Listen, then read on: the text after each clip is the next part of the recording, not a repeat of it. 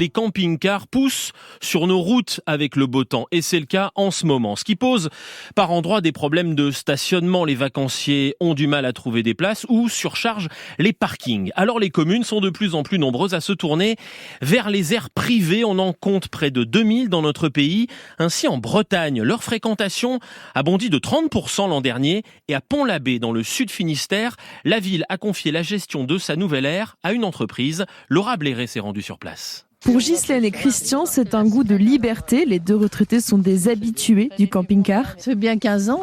Au moins 15 ans. Mais pas toujours facile de se trouver une bonne place. Eux n'ont qu'une hâte que la nouvelle aire privée ouvre à Pont-l'Abbé. Il y a l'électricité, il y a l'eau, tout, et puis on est beaucoup plus en sécurité. Pratique ces aires et facile à repérer. Stéphane, un autre camping-cariste, n'a qu'à sortir son portable. Avec toutes les applications maintenant sur les téléphones, c'est vrai que c'est facile à trouver. Là, on arrive de l'Octudie, on est sur Camping Car Park, là-bas, on a très bien, même pas 50 mètres de la mer. À Pont-l'Abbé, la nouvelle aire pourra accueillir 30 vacanciers par jour dans une ville où stationnent déjà 1400 camping-cars sur l'année, estime Stéphane Ledouaré, le maire.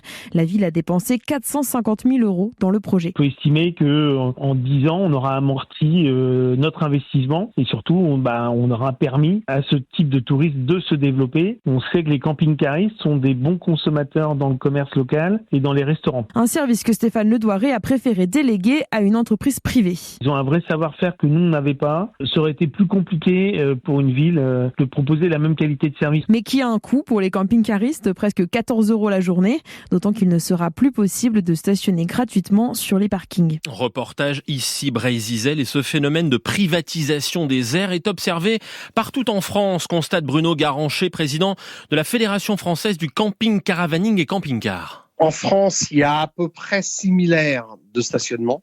Et il y en a 1500 à 2000 qui sont sous statut privé. C'est effectivement quelque chose qu'on ressent depuis un certain nombre d'années. Allez, une petite dizaine d'années et une nette accélération depuis 3-4 ans.